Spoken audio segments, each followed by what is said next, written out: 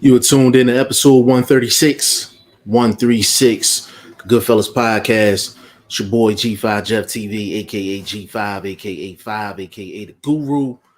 Before we even get started, gotta give a shout out to the team, man. BoxingFirstVlog, aka the General, aka Blunt, aka Blunt Bayless, aka Mr. 1K. You know what I'm saying? Big shout out to the big bro. Big shout out to VP Shane, aka Ice Cold Shane. Hopefully we'll see him today. Big shout out to Ty Finney, aka the legend. Big shout out to him. We did a good joint on Tuesday, and I'm just happy to be here. You know what I'm saying? I don't have anybody in here with me, so if you can hear me correctly, put a one in the comment section for me. Put a one in the comment section if you can hear your boy correctly.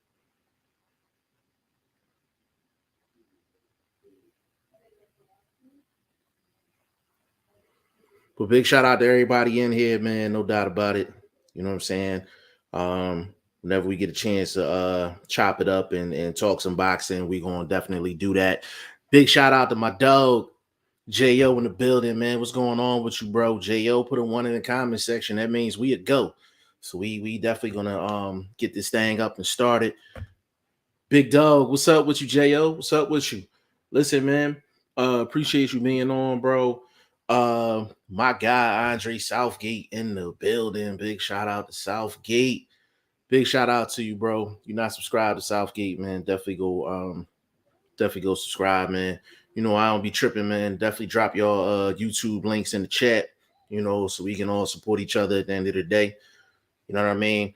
But listen, before I get into the actual topic, give me just a second. Hold on. Give me just a second.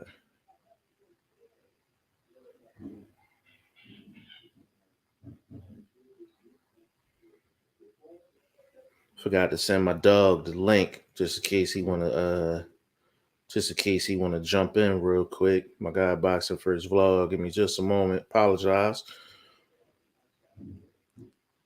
All right. My guy Willie G in the building, man. Big shout out to you, dog. Said what a weekend of boxing, man, bro.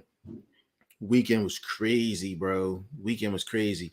Usually I'm against all of those fights being in one day, but it laid out perfect, bro. Like it laid out perfect. Like Haney basically went into October 16th. Then you had the Wilder fight that lasted less than a full round. Then you had the actual both of the female fights were good. The Caleb Plant fight was crazy. It was just a bunch of action, bro. My God, man. Michael Johnson, Boxing Talking More, man. What it do? What it do with you, bro? Big shout out to you, family. Drop your YouTube links in the chat, man, so we can all support each other, man. Drop your YouTube links in the chat, man. Everybody be putting in work, you know what I'm saying? So that at the very least we can support each other, you know what I'm saying? But yo, let's get it started, man. I seen this before I came on, and I definitely wanted to touch base on this. There's a guy on Twitter, and Mike know who I'm talking about too. What is his name, bro? Rick Glaser. Rick Glaser was on Twitter and basically said that Deontay Wilder and Robert Helenius only did 77,000 pay-per-view buys. Now, Rick Glaser is known in boxing for a lot of different reasons. To be honest with you, a lot of it is negative. A lot of people perceive him as a guy that pushes propaganda, and I don't know if that number is accurate. I don't know. I know it takes a little while for the final numbers to come in. Usually, like by the end of that next week is usually when an accurate number comes out. And if I just don't know. I don't know. My guy J.O., he said the Magic Man is keeping his name relevant. The Haney talk is bringing more eyes to his YT channel. They say bad publicity is good publicity. Bro, any publicity is good publicity these days, man. Like the craziest things be going on, and all you gotta do is just be out of sight, out of mind for a few months, and people gonna forget all about it if it's negative. So, bro, but Jo, like we gonna get into that today. I don't know what the Magic Man said. Oh, you talking about Paulie? I'm thinking Antonio Tarver. So, we definitely gonna get into that for sure. We definitely gonna get into that for sure. Like that's the main reason we're here today. He said Rick hates Al Heyman.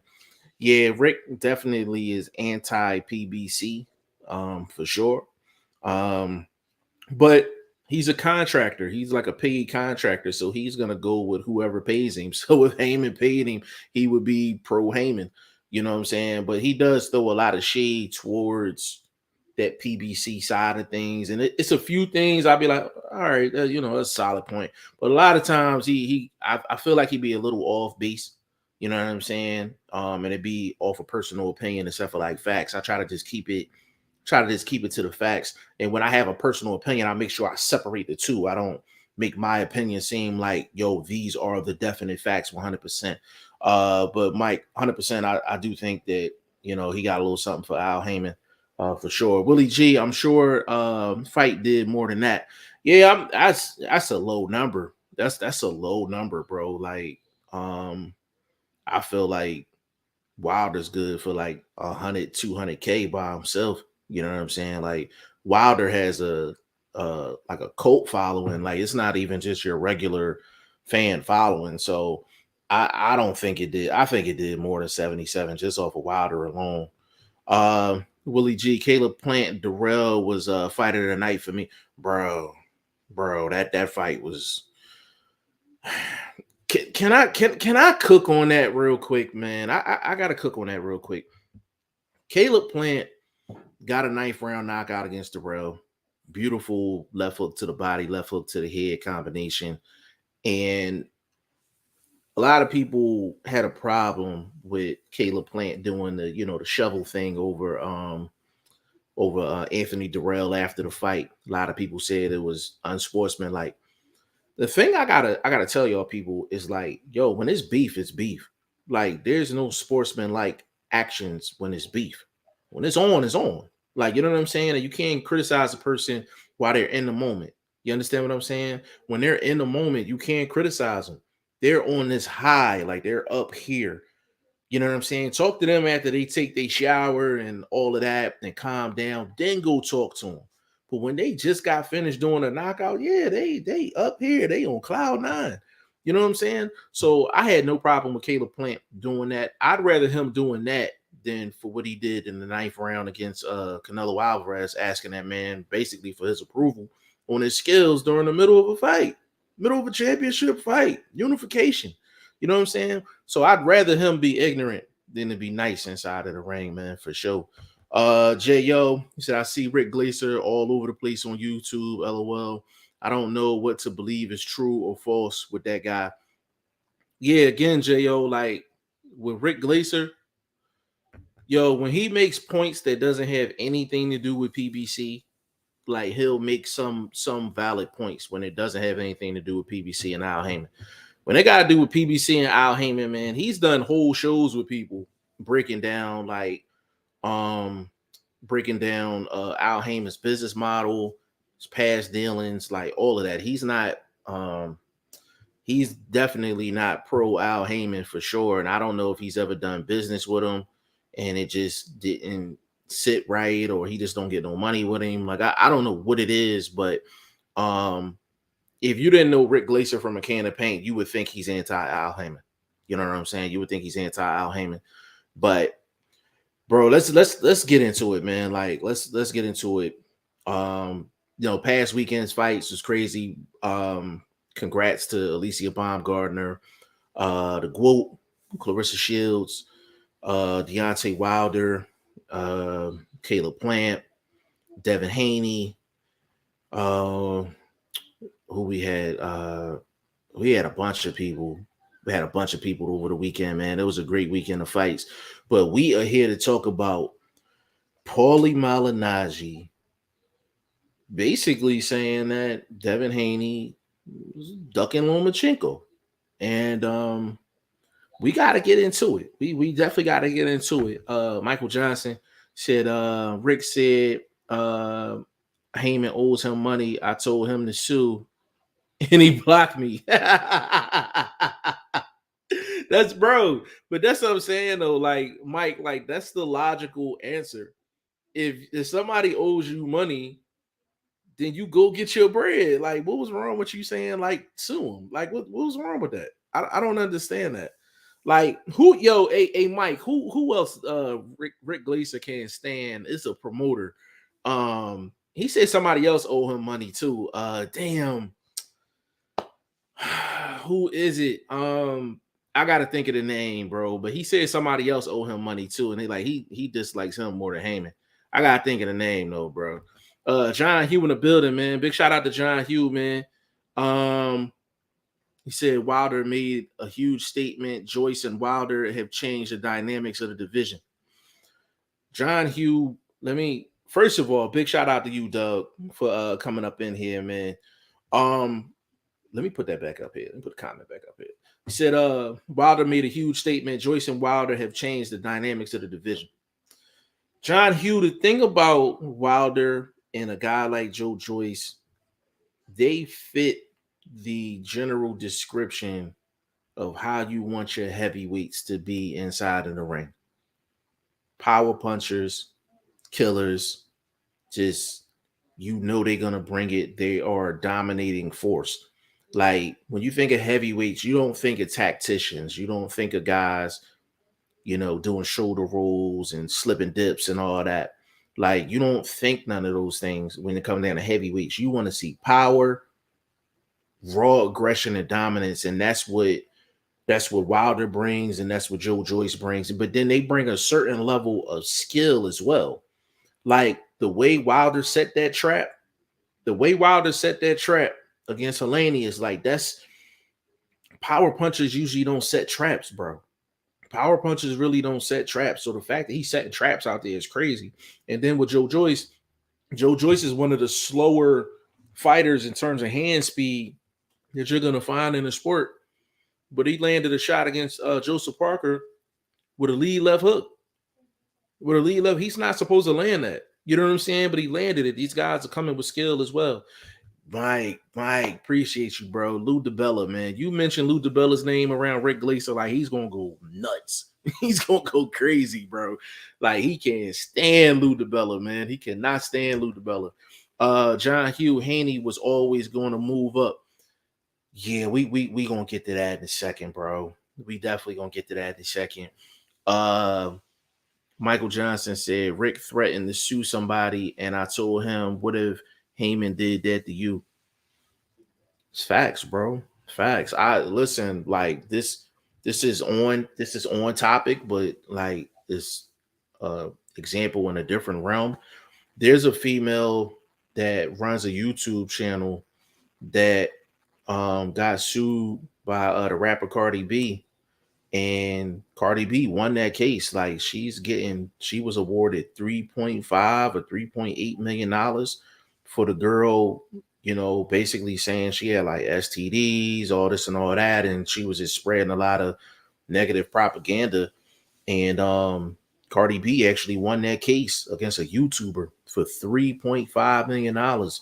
And that's why I said, man, like, that suing thing is definitely an option for people, but you also got to be responsible with that microphone as well. Like, you can criticize people, you can give your opinion, but there's a difference between entertainment and you just slandering a person, period. You know what I'm saying? So you got to be responsible with that microphone for sure. But yo, let's get into it, yo. Let's get into it. We ain't gonna waste no more time, yo. Paulie Malignaggi basically came out and said that Devin Haney was ducking Lomachenko. And of course, you know, the Haney camp, Haney had some things to say about it.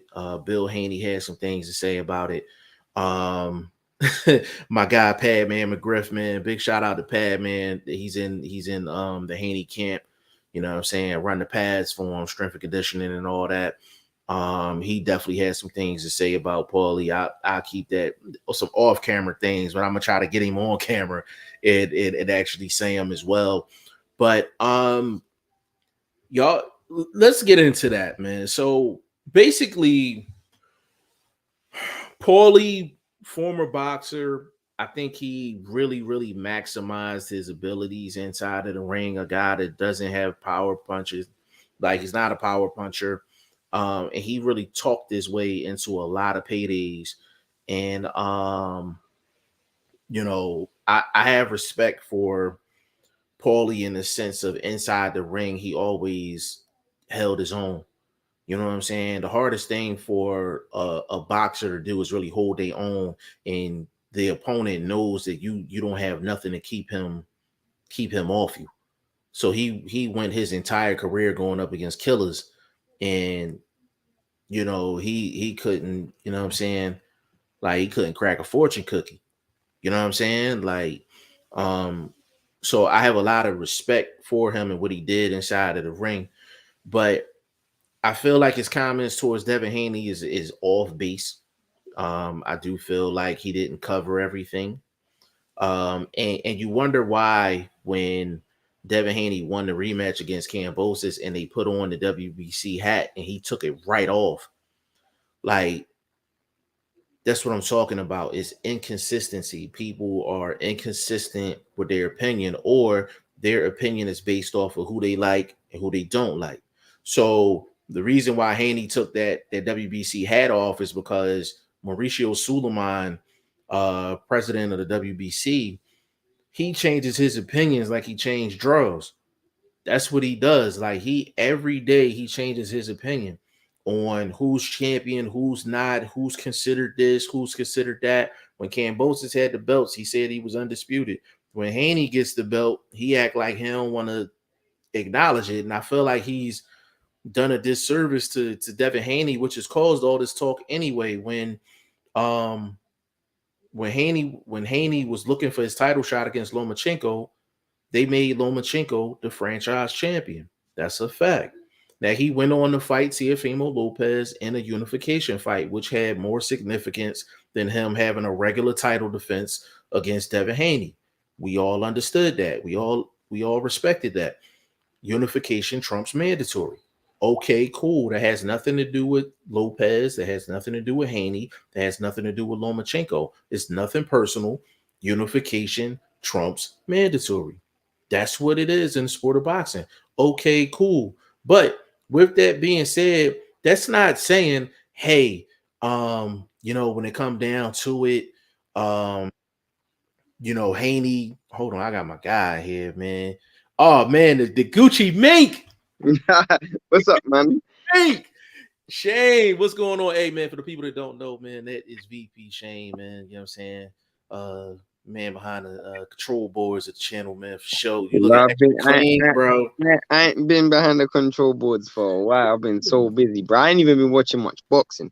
I watched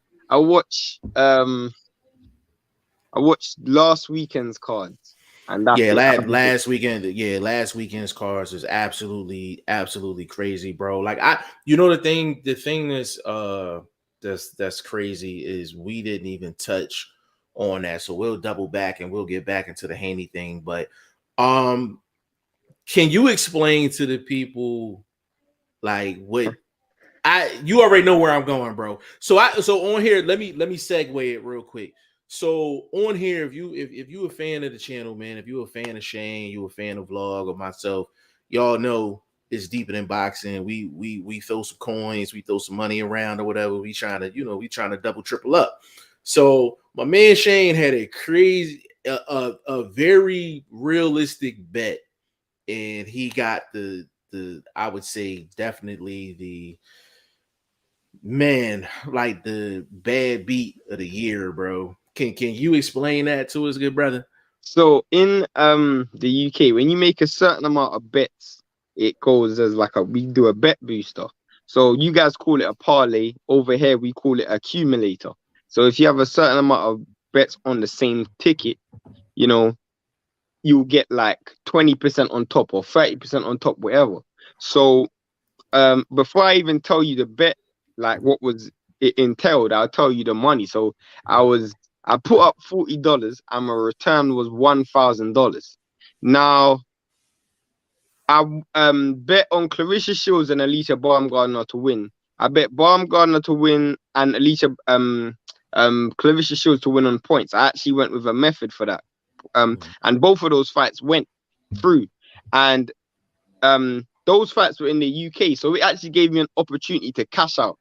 But my cash out was like $169, and I was like, there isn't any point of me cashing out because truth be told, Alicia Baumgardner and Clarissa Shields was the hardest thing on my betting slip. The rest of my betting slip was Devin Haney to win on points, Wilder to win by knockout, and Caleb Plant to win on points. $40 wins me $1,000. So here's the catch, and here's the funny story. So I stay up, I wake up to watch the fight. It's about 4 a.m. in the morning in the UK. So I'm watching the Haney fight. No, I'm watching the Plant fight because I'm thinking there is a chance that Plant might stop Darrell on facial damage. I'm watching the fight and it's just cruising through. I probably reach round 7 or round 8. You know, and I'm like, there isn't much damage. And at that time, Darrell was pressing the fight, just Plant was winning. So I'm like, let me switch over to watch Devin Haney and see what Devin Haney's doing. Because in my mind, I'm thinking, if the fight goes to Wilder, I know Wilder's winning by knockout, so I don't have to worry. Right. So I reached the Devin Haney's fight, and Devin Haney is cooking Kambosos. And Kambosos looks like he's going to get stopped due to damage because he had a lot of cuts and all of that stuff. I'm thinking, damn, this is crazy. Like it's just the irony of the whole entire situation. So I'm like, let me watch this for 2 rounds. I remember it was round 10. And I was like, as soon as round 10 was over, I switched over to see the Plant fight. I'm thinking, when I switched over, I'm thinking, how is this fight finished? I'm thinking, when I last checked, wasn't it just round 8? But I'm thinking, maybe I got something wrong. Maybe I misread it. Maybe the fight started different times. Bro, when I checked and I found out that Plant knocked the row out cold, I was like, bro, boxing betting is not for me. Boxing betting is not for me. I'm like, when does this dude ever get clean knockouts? And then I went back over, and then Wilder won by knockout, and Devin Haney won on points. So it just made it even worse. That'd be the worst. That'd be the worst bets. Like when you know you did your homework, you know you made the best decision, and then you had that one joint, and you just like, but let me add on because Shane forgot one thing with the story. So I seen the performance by Caleb Plant. So Shane told me he was betting, but I didn't know the totality of the bet. So I talk to Shane all the time, like off camera, like that's like my little bro, like for real. So I call him and I'm like, bro, did you see Caleb Plant get that knockout? Who would have thought that? Shane was dead serious. He was like, bro, it's not funny, bro. It's not funny, bro. It's not funny. And I'm like, I hear his tone. I'm like, yo, he dead serious. I'm like, Shane, what's up? He like, and so he tells me to bet. I'm like, bro, I would have been, I would have been. You know what's so crazy? If I told Jeff the bet before I done the bet, he would have cashed up me $200 just there and then. I would have sent Shane $200. I'd have been like, bro, we gonna all eat off this. There's no way I'm betting outside of Wilder. Caleb Plant's the next person. I'm like, yo, there's no way he's gonna win by knockout. There's no way he's gonna win by knockout. But it just goes to show how crazy the game is, man. Like you want to give Caleb Plant his props, but then he costs you money. So you don't want to give him his props. It was a good performance. It was a good performance. It was a real good performance. And I think you can credit him taking the initiative and actually getting outside of his element. Because after the Canelo fight, he came to Philly. Like he came to Philly, and I think he was more prepared for this fight than people realize because he was with Breadman, he was with Coach Larry Wade. He's usually with Larry Wade. Who does Breadman coach outside of Plant right now? Obviously, I know the fight he's coached before. He Damn, he not Brandon Lee's last opponent, the guy that he fought before his last opponent is he got a couple Philly guys that he's Does he coach what's my man's name? What's my dude's name? 154. J Rock. yeah, I think he's still with J Rock. He got Kyron Davis, and I think that's why he was really prepared for this fight because Kyron fought Anthony Durrell, and Breadman was in the corner for that fight, and a lot of people felt like Kyron won that fight. Yeah, So I yeah. think Caleb Plant had a lot of intel on Anthony Durrell, and you could tell his confidence level was high. So it's like when you're a better physical fighter, and then you got the drop on your opponent as well, is you know what I'm saying? Is a recipe What's for victory. next for Plant? Because I mean, I heard Andrade was there. Obviously, Benavidez is always going to be questioned. So, what would you want to see him do next? I listen. I think Caleb Plant Andre would be a tremendous fight for both guys, and I feel like both of them need that fight. Especially Andre. Andre just needs a name. Like he just needs a Literally, name, period. The reason I know a lot of people is like, why you ain't mention Benavidez. To be honest with you, I think Benavidez' future is at 175. And I don't think Al ever put Plant in there with Benavidez. I think he's just gonna have them on different paths. Like he would actually Benavidez actually make more money fights at 175 than them matching them up with Plant at 68. You know what I'm saying? If Andre goes over to PBC, then Andre can get a good 4 or 5 fights and all of them are names. But that's why I would like to see Plant Andre. I would like to see Plant Charlo. That'll be a good fight. I'm trying to think who else is 68. I wish I could see like a Plant Berlanga. I wish I could see something like that, even though the promotional things. It's a couple fights out there for him, but he looked good, man. What's my man name at 168? Um, damn. what dude? What weight class? What what 68. uh what He only got a couple. He only got a couple fights. He only got a what couple. promotional company? He would PBC. Oh, what's my dude's name? I know who you're talking about. Damn. He only got like Mm, 6 fights. He only got like five, yeah, six I know who fights. you're talking about. The one who they're always talking about. Everybody's talking about this dude. Young dude coming through. Oh, I'm horrible is with he names. Cuban? Is he Yeah, Cuban or cute. what? He's Yeah, Cuban. yeah. Because they were saying he was ready for Benavidez, and I Yeah, was like, exactly, nah, exactly. I'm looking at his face right now. Oh, Jesus Christ. bro, this is His name is embarrassing. escaping me right now. This is Yo, how you know I haven't been in the boxing mindset recently. bro, this is crazy, bro. I gotta find it. He's a top 5 dude. Like, like he's a top 5 dude. It's escaping me. Bro, hold on. I gotta get this name, bro. Jesus Christ. This is It's bad, like I yo. got Alzheimer's right now. Yo, I might have Alzheimer's right now. Like, It's like the yo, other this is day, I was crazy, going through bro. the weight classes and I was like, I remember I used to be able to go through every weight class and be able to tell you the champion. David Morrell, David man. Morrell. Oh my David god, Morrell. bro. Oh, Damn, bro. bro. Yo, apologies to David Morrell, man. That was a real like anti-hardcore fan moment. Bro, I'm going through like boxing Alzheimer's. Like the other day, I was Yeah, struggling to say like I was going through thinking who's the world champion in this weight class? I was literally just struggling, real struggling.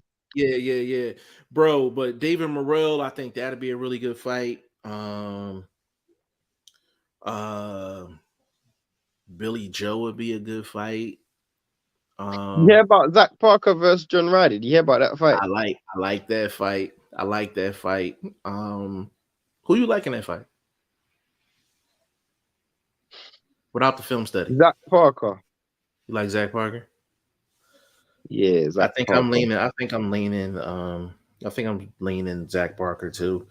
Uh, There's another actually, fight that was announced the other. Obviously, Tyson Fury did Derek Chisora, but there's another fight that was announced in America. Um, Supposed to be in November. We ain't spoken a while. Oh, PBC card. November. To my Chocolatito. No, that's not PBC. Oh yeah, that's the zone. That's right. Um, Yeah, I'm having brain farts, but it'll come to me. yeah. Actually, Caleb Plant, Lerone Richards would be a good fight too. That'd be a good scrap. But I don't know what that does for his career though. Yeah, I think that's I think if he can't get like a big name or something like that would be that'd be a nice like in between fight for him. But I we need to mean, see where Rich is at too.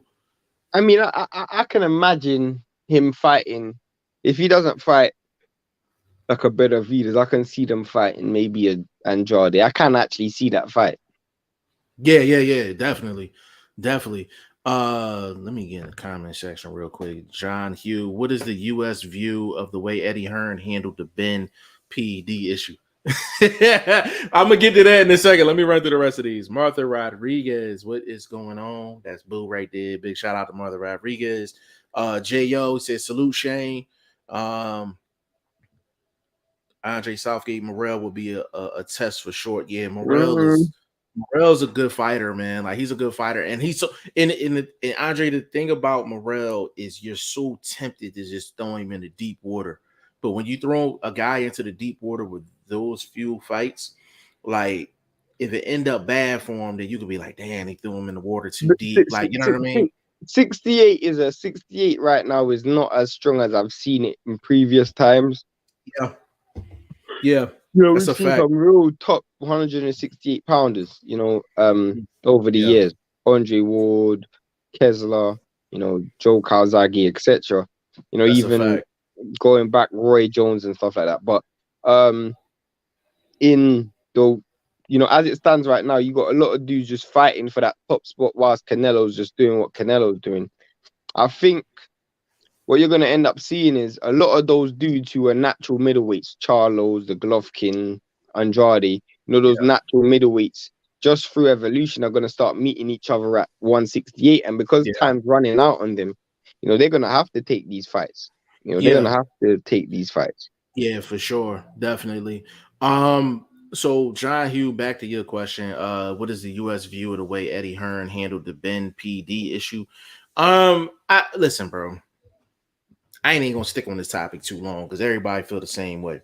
I was about to say, I don't think it's a regional thing. Nah, it's not even a regional thing. This is a everybody thing, bro. Eddie Hearn is a big hypocrite right now, and he knows it. Everybody else knows it. If this was anybody else outside of his guy, he's going to be screaming up to the heavens of how wrong this is. They need to be suspended. They need this. They need that. They need this. But since Ben is his guy, Ben is his cash cow, he's coming up with every single excuse in the book. And Shane has even put it out there on social media, him, Eddie Hearn, contradicting himself. But we're not surprised. We're not surprised. Like Eddie Hearn, his heart is in the right place. But when it comes down to any promoter, there's not a promoter in the history of boxing that you can trust.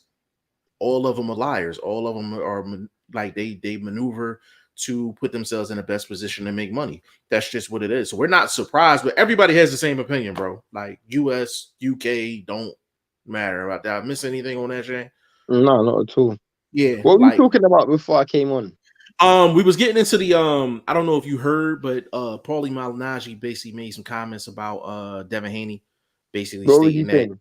he's basically saying like he's ducking Lomachenko. And I just find that really I find it ironic. I would have to send you the video of the I mean, actual bro, it's funny. It's so it's funny. crazy. Because I'm gonna talk with because Padman just texted my phone, but I actually want to like do like a proper sit down with him. But The reason why I think that's funny is because he genuinely believes that. Yeah, he believe that. Yeah, Paulie Because definitely. sometimes you say things because it suits your promotional company or it suits the narrative or the agenda that your media company is trying to push. He genuinely believes that, which is even more scary. Yeah, Because yeah. um Paulie Malignaggi, I don't even want to talk that much because everything I say, Paulie Malignaggi knows. And that's what's worrying for me, is because at this point, it's borderline just hate. Do you see my point at this point? Because I can't think of any other reason for why you would say that. Because it's just so far from the truth.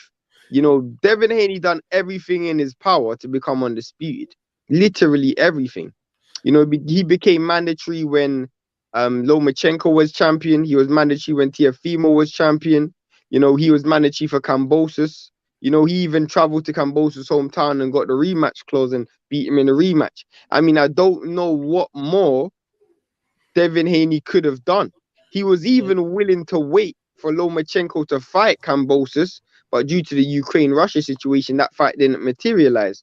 So at this point, I can only say that Paulie's saying this out of hatred because I can't think of I, anything else. I think part of it is like, him, Roy, Antonio Tarver, they're like part owners of the Pro Box TV app, and they do like cars and things like that. So I definitely think it was a part promotional comment, draw up some publicity.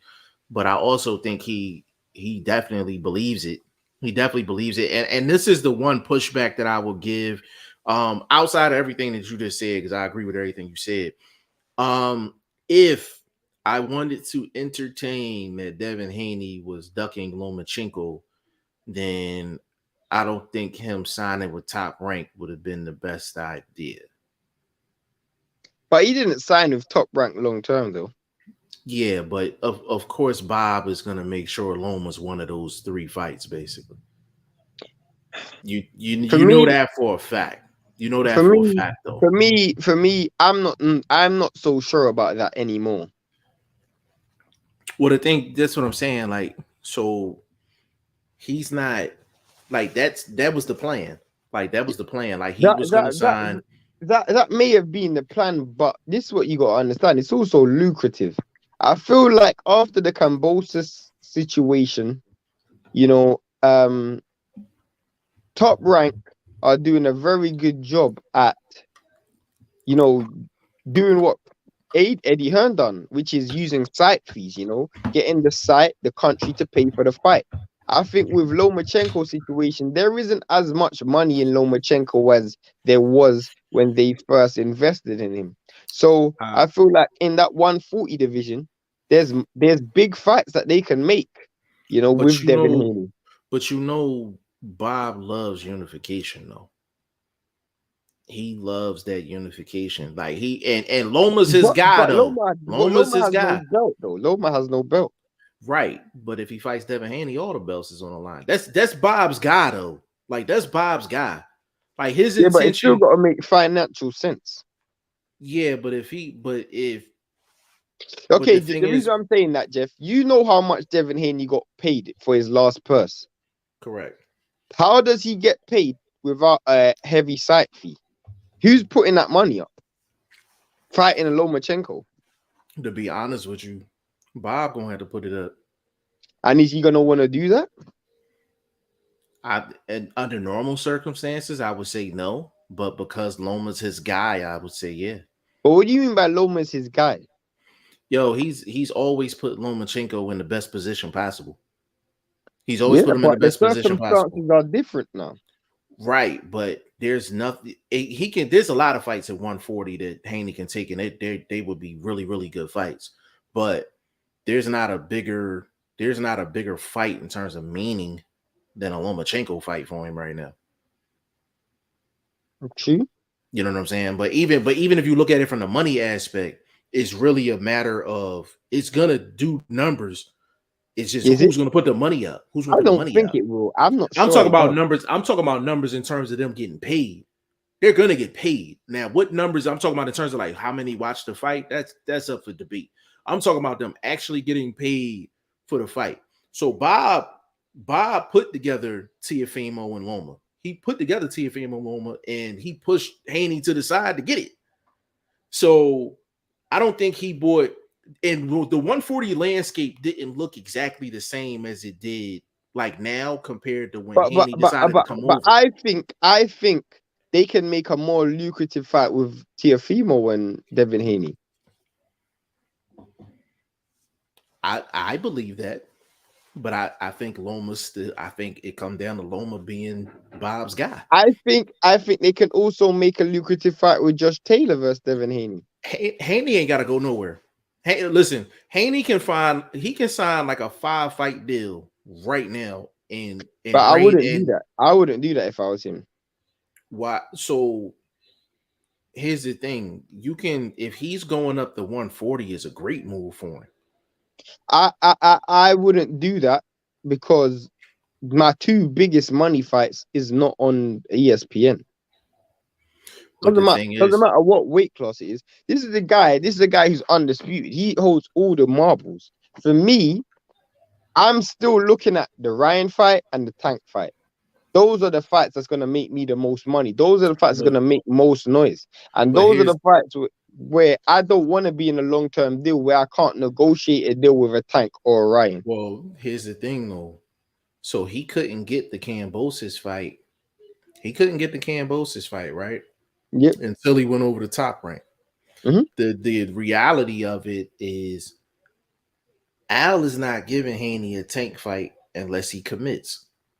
I get you. Oscar De La Hoya is not going to give him a Ryan fight unless he commits. I'm not sure about that. I'm not so sure about that. That's where I'm not so sure about. You talking about Ryan? Yeah, I think because Golden Boy rarely signs fighters. Yeah. I think the last guy they just signed was Floyd Schofield. He was with but he's not a top tier fighter. Not right now. He's not a top tier fighter. I would personally say I can see Ryan versus Devin Haney, because what you gotta understand is Devin Haney holds all the chips. Like, but we've been down that road before though. What do you mean? We've been down that road before. They could have fought already. No, but it's different now. It's so different now. It is so different now because, like, the truth is, he is the top dog, and Ryan will run out of opponents. You know, they will run out of opponents. I could see Haney pulling. If they play the weight game, Haney still wins. No. I'm with you. I'm with you on that. The thing about it though is with Haney, I can see Haney pulling a Spence Thurman situation. You know how Spence, like, he'll never get in the ring with Thurman because when the situation was reversed, he didn't give him an opportunity. I can literally see him doing. You know that. why I don't see that? Because Devin Haney still needs opponents. He's young. This is one of the sad things about Devin Haney, is the fact that he's achieved such a great accomplishment so early in his career. What did he do? 24? Yeah, he like 23, 24. Yeah. So I mean, he's literally standing at the top of the mountain, and like, what's there? What else is there for me to do? Well, the thing about it is, if Haney can get Ryan to sign, like, if he says, "Hey, I'm gonna give you a shot at all of these belts," I think they can make it. I think they can make it happen.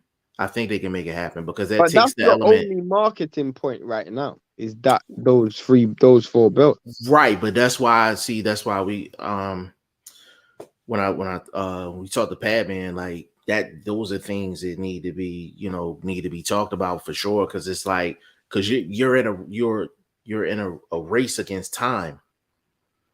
Like, he only has a certain amount of time at 135. Like, we've seen that. Like, he only has, so he really only has maybe 2 fights at 135. That's pushing. To me, when you bring up Lomachenko, I think Lomachenko is the last person I'm looking to fight right now. Right, but Bob Arum Not, is kind of running n- the show though. not because of ducking though. No, no, Not no, not because at of all. Not at ducking, all. No, not but at all. because I just personally don't think Lomachenko's name's hot in the streets right now. I don't think it's hot in the streets neither. And I think inside the ring is a great fight. Like style wise, it's a great fight. You know what I'm saying? But I think Lomachenko's name is not, it's not ice cold, but it's like it ain't lukewarm either. Like it's kind of like it ain't hot. You know what I'm saying? Yeah. It's definitely not hot. But if I just know how Bob Arum operates, like he's gonna get Lomachenko every single opportunity possible. I can't see Haney fighting anybody else unless they convince a Ryan Garcia or a Tank Davis to come on over. And you know Tank ain't coming over. So it's really, is Ryan Garcia gonna come over and get a unification shot? Eddie, he can go over to the zone. He can go over to the zone as well. Yeah, and let's factor this in too. Can Ryan Garcia even make 135 now?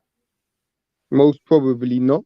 We got to factor that in because I know Vlog brings it up all the time, but he was definitely a junior middleweight against Vlog's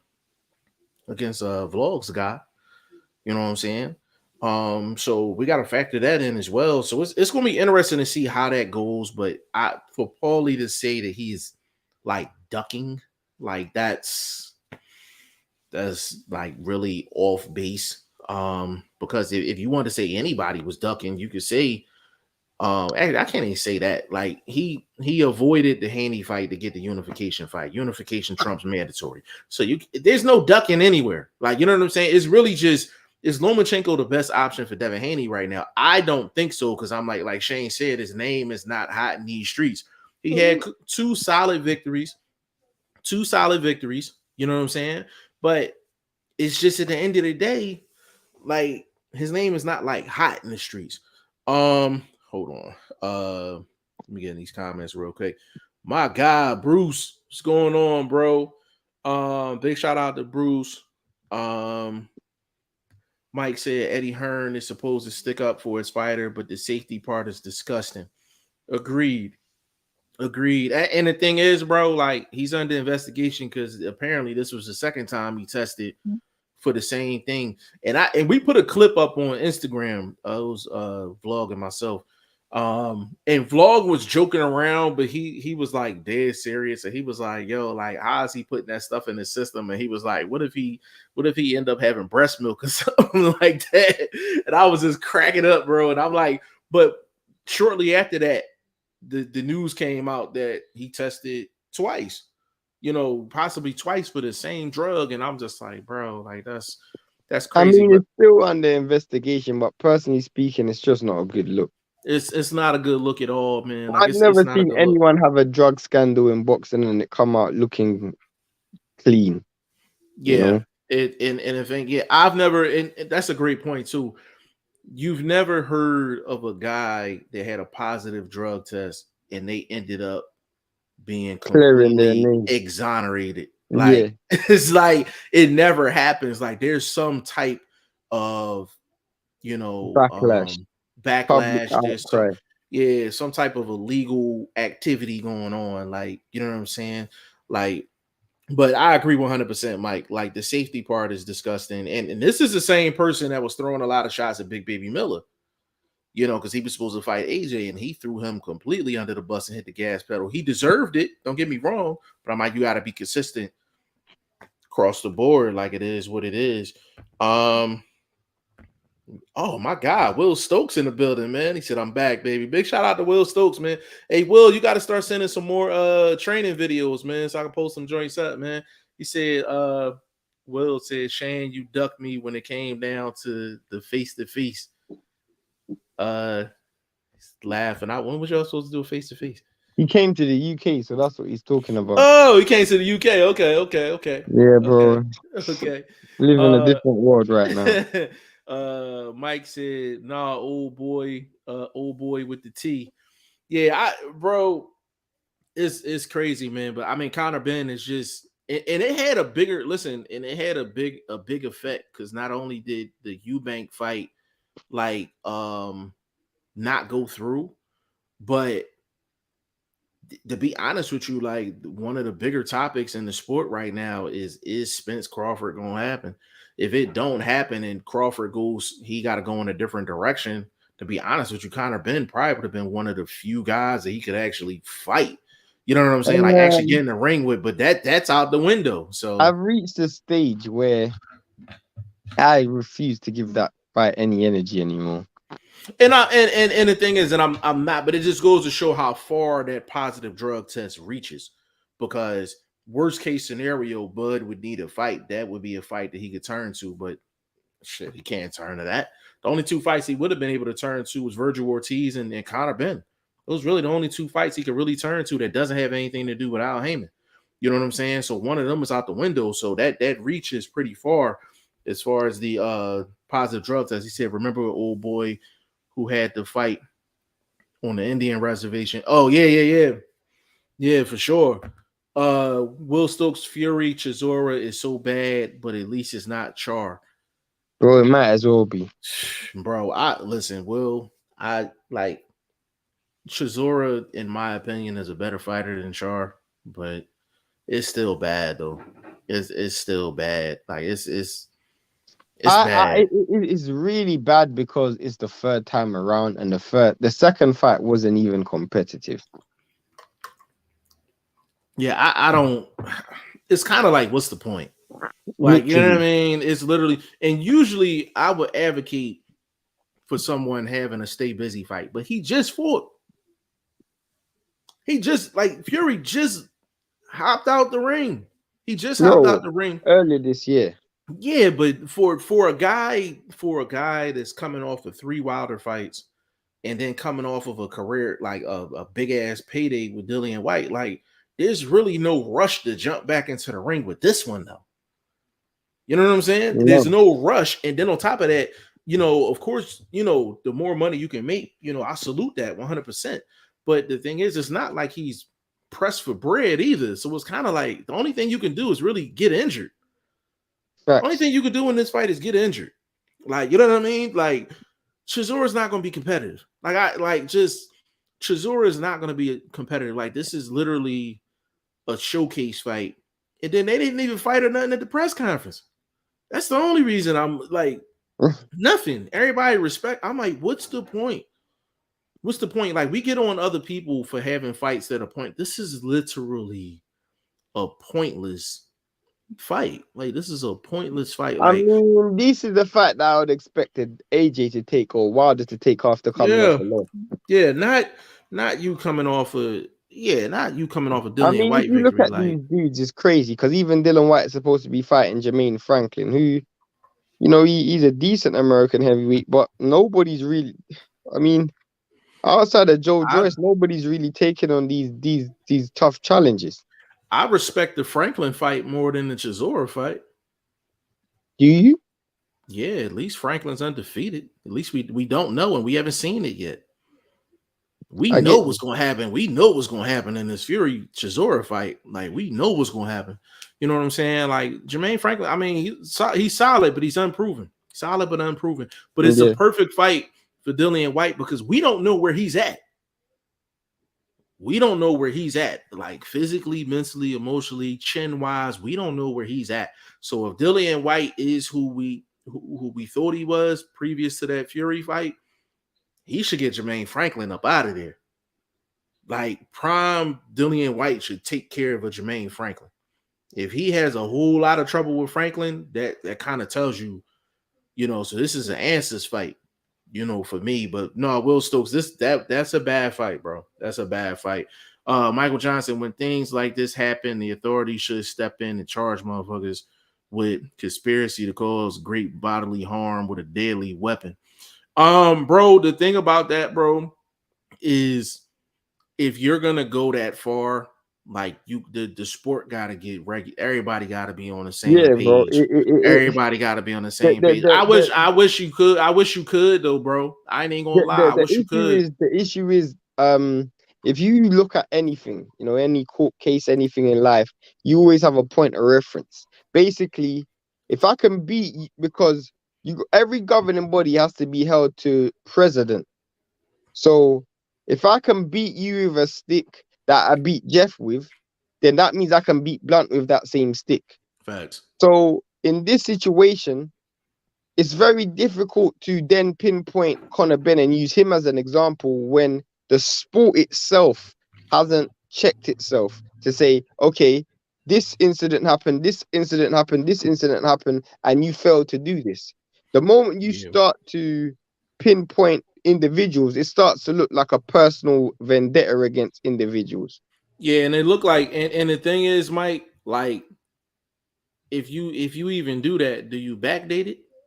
Like, you know what I'm saying? Like, do you Like backdate it? retroactively Do suspend you people. exactly? Do you is it retroactive now? Like, you know what I'm saying? He would come in here. We gotta get up off this joint. My guy Ty Finney in the building, man. The legend. What's I going like on, that good brother? background, boy. What's up? What's up, man? What's going on? I Hey, like the man. background. I like the background. Thanks. That background, super clean, bro. That How's the background channel is super going, bro? clean. I ain't been doing no boxing stuff, but obviously the channel still holds a strong place to me. How's the channel going? Hey, Shane, man, I gotta thank you though. I gotta thank you, man. He put it on the shirt, brother. Respect, Thank you, man. Yeah, for sure. Respect, man. I love like people who invest in themselves, bro. I respect it all the time. Facts. I like, and Legend is like, I think he's about 9 episodes in, or this one to be the 9th one. His next one to be the 9th. Yeah, the next one episode. be the 9th. The next one to be the 9th episode of his podcast, man. So yeah, it's definitely you definitely see Advice the I growth for give to sure. you, bro, is forget numbers. Do this for the love, bro. Like literally. Yeah. I'm Do doing it this for for the the love, man. love, bro. Actually, before I even came on, man, I actually just had I had an amateur coach, reach out to me, so I just did a little interview with him. Yeah, see, that's the thing, man. Yeah, like, and it's just, once you at the, you at the core, you at the essence, like it's just, it's just like we all know the lane you can go in if you want to get the numbers. You know what I'm saying? I respect everybody that's in that lane. You know what I mean? The thing about that lane though, you can easily lose the love for the game, and you're making moves for your bottom line. And this is like the last 2 weeks taught me a big lesson, and this is a lesson I'll teach to people who are older than me, because someone like me who live, eat, sleep this, like a lot of these dudes, which Jeff will tell you, they had a 9 to 5, they had a career, they were doing whatever they were doing, and then came into boxing. I was born and almost bred through this. So it was almost like there wasn't anything else. Like as soon as I left education, I was flung into boxing, whether it's journalism, whatever you want to call it, I was flung into it. So it's different for me who hasn't experienced the real world. I've experienced it, but I haven't experienced it in the same way as someone who's experienced the real world and then's coming back into boxing game to chase a dream. And if you're chasing a dream, I respect it. But you got to also remember that when you're going into this industry, it becomes a job. No matter how you want to look at it, bro, it becomes a job because you are set responsibilities that you have to do. You have to meet certain deadlines, hit certain demands where it's just, do you want to give up your time to do it? And you're no longer doing it for the love, you're doing it for the career. And for me, bro, it's like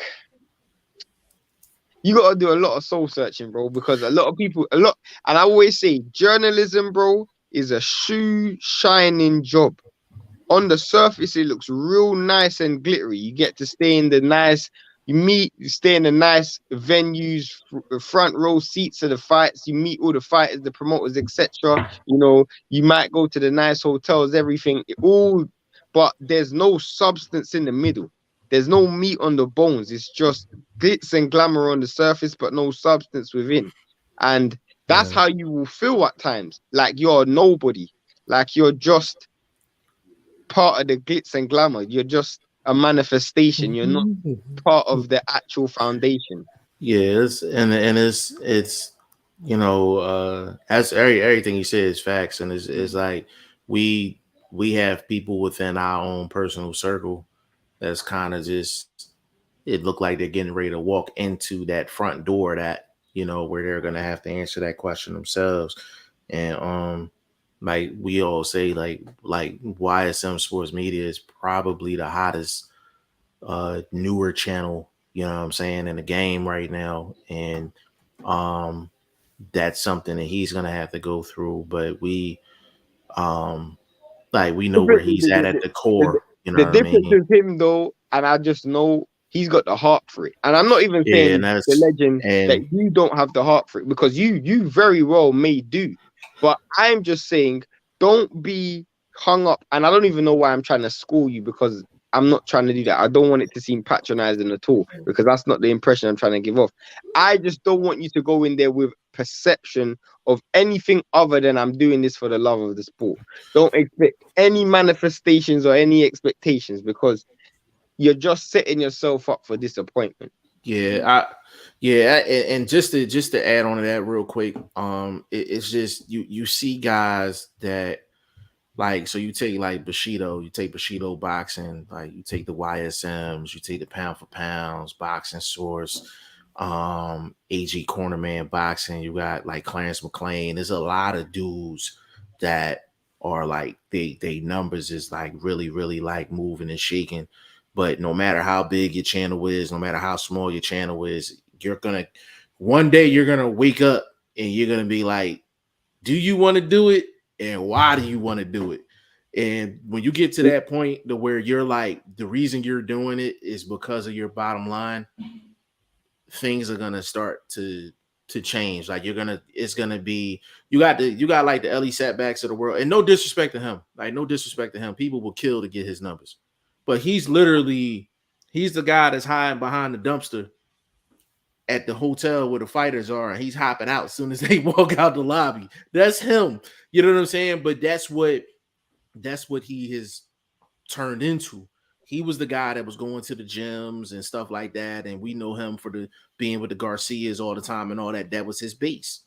Now you don't know where you're gonna see him at. Like you don't know where you're gonna see him at. So it's almost like he went from the essence to like paparazzi.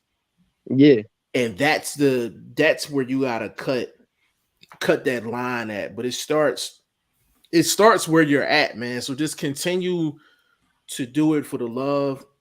Yeah, and that's what I'm operate going, man. Just for the love, man. Just for the love of the sport, man. Yeah, and just operate the way you feel is best. And we got guys that we do stuff and we don't care about the number. I could give two fucks about the numbers. Like you got a guy like L Dub. That's what I was L-Dub is saying like on my that. first one, man. Like my very first episode, if I have 1,000 subscribers, if I got 100, if I got 5, I'm gonna still do it. You know what I mean? Because it's just for the love of it. I mean, that's a very good place to start, man. That's the only place to start. That's Is the the only love, place man. to start. That's That's the a only fact. place to start, because for me, like, you gotta remember, you're still a human being. So, for lack of a better word, or for lack of a better expression, you still gotta eat, piss. You still gotta keep shelter. I don't know your living situations, but you still gotta survive. You still gotta live. Bro, So the moment you start to look at this and start thinking, this can actually make me money, this can actually subsidize my living, and I don't have to go to work. The moment you think like that, that's the moment where you start to detach yourself from the passion, and it starts to become a financial return. It's a 10, you talking 1099s and stuff like that.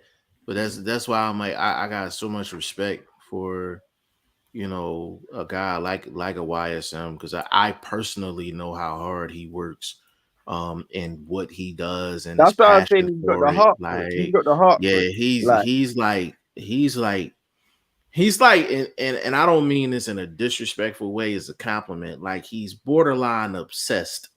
bro, it's like he's borderline obsessed with it. You know how I know this dude's obsessed? Because he talks to me almost in shock when I'm not on that same wavelength. It's like trying to talk to a crackhead, like someone who's a serious crack. They're just trying to go for their next hit. He is so obsessed with making it. Nobody's want to work harder than him. And it's like, if we're not on the same frequency, he's like, nigga, you're crazy. How are you not trying to get this next hit? And I'm like, bro, I just don't have the same heart as you, bro. He's locked in something serious, but that's just another element of how deep it can actually get. And I'm like, I would bet on him. I would bet on him any day of the week because of that reason. Like, he is willing to travel to any event, any gym, at any time, if he feels like it's going to get him to that next step, man. And it's just, but he hasn't lost the passion from the sport. I can still call him and have a conversation with him about the X's and O's of a fight. Like that's where he's still within, the same realm that we're at. But yeah, he's the hardest working dude I know. Like, as far as the boxing thing is concerned, like, for sure, man. But just continue to do your thing, legend, and just, you got a support system. Like, when Shane and I started, like, we really didn't have, like, we just had to figure it out on the go. You know what I'm saying? And we was just trying to figure it out together, like, you know what I mean? This is a good point. Mike said Franklin should be working on his uppercut right now. That's a fact. That's definitely a fact. That's funny, but it's a fact, though. It's a fact. Will Stokes, listen, only way to justify this is if Fury actually fights Usyk very early next year, like what he's been saying, then I can justify taking a tune-up like this, I guess. But the thing is, when was the Dillian White fight? That was when? That was March. April, like spring or something. Yeah, like April. So even if he went a whole year, like, I mean, that's nothing. Like, I guess I think Fury at a point in his career, like, I don't think he needs tune-up fights. Like, Fury's gonna fight like Fury, like, I mean, this whole tune-up thing, bro, it's how's Chisora gonna get you ready for Usyk? That's what I want to know. That's one thing, but then you have the question of, okay, then what if everybody's looking for tune-ups, bro? Then at some point, it's got to level off. Then let's say they don't fight in February, and then they end up fighting in August. Then Usyk might say, well, I want to tune up because I ain't fought since October. And Correct. Then you see my point, and it's just before like, it's like 2024 or 2025. Yeah, literally. And shit. Yeah, no, I agree. Will still say, but I don't expect, we're gonna get through these last few and then get up out this joint. Will said, but I don't expect Fury to ever actually take Usyk in February or March, like he's saying. So therefore, it's pointless because realistically, I expect Fury Usyk to be summer next year. Listen. If he's fighting December 3rd, he doesn't get injured. So you're talking January, February, March, April, May, possibly May, June. But I just don't think he needed this fight, bro. Mike, he said you don't have to always reference. Sometimes things set the tone. That's why you have juries. No, listen, and that's a fact. And the thing about it, jurisdiction, 100%. But yeah, it isn't a normal jurisdiction. Yeah, boxing is not a normal jurisdiction. Also, another thing about the court system, Mike, is a judge does not want to set a new precedent. They do not want to set it, like, they don't want to set a different bar. Like, they base their decisions off a past precedent. And that don't matter if it's a coke case, crack case, robbery case. There's some type of previous example that they can go with. They would literally have to set the standard. That person that has to go in front of a jury for, like, say if it was Margarito, like, for him trying to have illegal hand wraps in the Shane Mosley fight, and he had to go through a jury, they would have to set the precedent on what the punishment would be.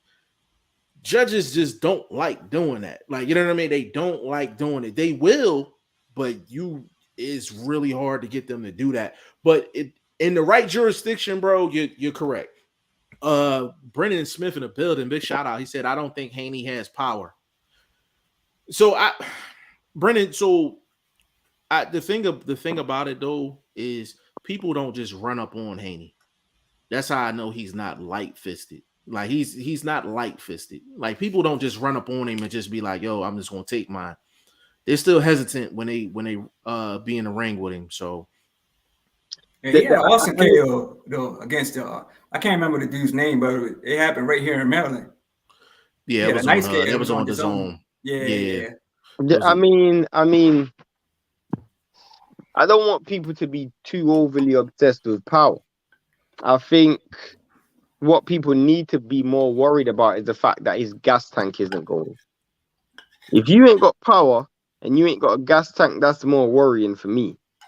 The reason why it doesn't bother me if this student got a great deal of power is because he don't mind popping that jab for 12. You know, he ain't gonna sit and trade with you in the pocket, and he's just gonna keep that fight long, and he can move for 12. So you don't mind if you don't have power. You're just gonna be chasing him for 12 rounds, and he's gonna be behind the jab. And it's not like he gets hit easy where he's in trade up situations. So let's say my punches take 5% away from you, and your punches take 30% away from me. If I'm hitting you 10 times more than you hit me, I'm still going to cause more damage than you hit me because I'm landing at a higher percentage. And that's just the way it is. You know, we just seen it with playing Darrell. Plant Fist, in my opinion, but he got the KO of the year. I don't think that's that. I just think Darrell's finished. I just think that's Darrell's finished. I don't think that's that. Bro, ain't nobody demoed Darrell like that though. Yeah, he's finished. He's finished. Yeah, he's when a dude's past their sell-by date, bro, it gets knocked off the shelf. You know what's funny, man? Like he got the uppercut of the year, uppercut of the year last year. Now he gets knocked out in a devastating fashion. So and that's the thing. And I'm like, that fight just happened. Even if what do you mean? No, his last fight. He hit the I'm saying he got a crazy. Yeah. Now he gets knocked out crazy. Yeah. He and the thing is though, even though guys go by they sell by date, somebody still got to go in there and somebody still got to go in there and put that stamp on it. You know what I mean? Hey Brennan, Brennan, you got to tell me the backstory to between you and Devin Haney, man. Like I can't stand his voice. That's funny. Mike said Michael Benson said Spence Crawford in February. We ain't even gonna entertain that, bro. You already know what time it is with that. And Will Stokes said, "What's up, legend? Hope you've been doing well with your pod. I've been away from a lot of this for a while, but I will definitely stop by your pod. Definitely pull up on it, man. We're gonna close this thing out, man. Like hour 12 minutes strong, man. Chopped it up a little bit. You know what I mean? I had my man had the Gucci mink on. You know what I'm saying? Came on, blessed us with his presence, man. Hey Shane, give him your social media, good brother. I'm Shane the #1. Trust me, I'm literally going to sort this website out. I've been so in and out of this. Hey man, we gonna be patiently waiting for that, brother. Legend, man, give him your social media, good brother, and give him your channel, all that. Yeah, I'm on Instagram, it's the Legend 3347. I'm on Facebook, it's Ty Finney, and my podcast is called In This Corner. Absolutely, man. Big shout out to Boxing First Vlog too, man. You know what I'm saying? Go sub to his channel, man. Boxing First Vlog on Instagram and Twitter. And y'all can follow me all over the place, man. Facebook, Instagram, Twitter, G5JeffTV, website, G5JeffTV.com. We will have Padman McGriff on here to talk Haney, Loma, Haney, Cambosis, and how that experience was out there. And this Paulie situation as well, man. So we got a lot cooking. But we will be back tomorrow. Legend, when's the next podcast, bro?